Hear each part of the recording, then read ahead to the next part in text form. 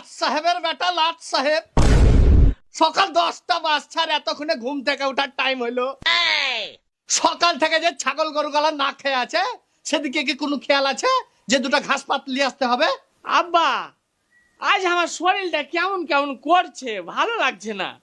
তো আমি বলছি কি, আজ একটু বড় ভাইকে পাঠাও না, বড় ভাই ঘাস কেটে নিয়ে আসুক। কি বললি তুই? হারামজাদা, তুই থাকতে আমার বড় ছেলে যাবে ঘাসকে?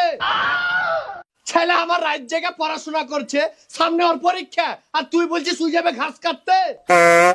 শালা ছোট থেকে তো কোনোদিন বইয়ের পাতা খান খুলে দেখলি নেবে, আর আমার সোনা ছেলেটা লেখাপড়াটা খাওয়ার লেগে লেগেছিস তুই। না, আমার শরীরটা কেমন কেমন করছে, তো সে লাগি বলনু। দেখ, তুই কিন্তু বেশি বেশি কথা বলছিস, যেটা বলছি তাড়াতাড়ি কর, নাহলে কিন্তু তোর পিঠে ছাল তুলে ফেলে দেবো একেবারে। না না আব্বা, আমি এখানে যাচ্ছি, এখানে যাচ্ছি।